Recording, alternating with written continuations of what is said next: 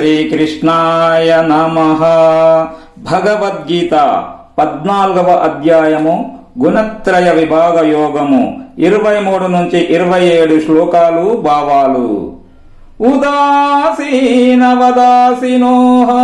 గుణైర్యో న విచాల్యతే గుణావర్తంత ఇత్యేవ యోవతిష్ఠతి నేంగతే. అర్జున, ఉదాసీనుని వలె ఉండేవాడు, గుణాల చేత చలించనివాడు, గుణాలు గుణాలలో ప్రవర్తిస్తున్నాయని తెలిసి స్థిరంగా ఉండేవాడు గుణాతీతుడు.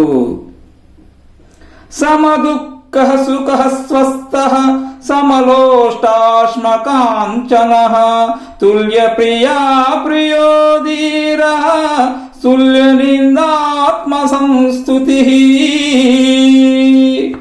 అర్జున, శోక సుఖాలలో సమంగా ఉండేవాడు, ఆత్మస్థితుడు, సమలోష్టాశ్మ కాంచనుడు, ప్రియాప్రియాలలో సముడు, నిందాస్తుతులో సమబుద్ధి గల ధీరుడు, గుణాతీతుడు.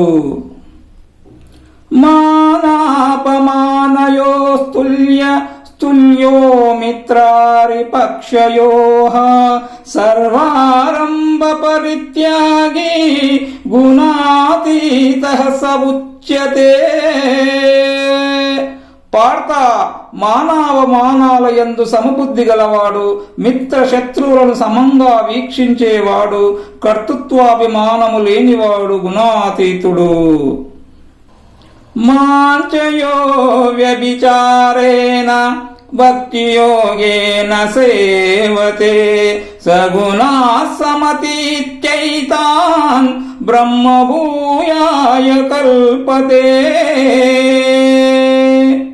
అర్జున, అచంచలమైన భక్తితో నన్ను సేవించేవాడు గుణాలను దాటిపోతాడు, బ్రహ్మత్వము పొందడానికి అర్హుడవుతాడు. బ్రహ్మణో హి ప్రతిష్ఠాహం అమృతస్య వ్యయస్య చ శాశ్వతస్య చ ధర్మస్య సుఖస్థైకాంతికస్య చ.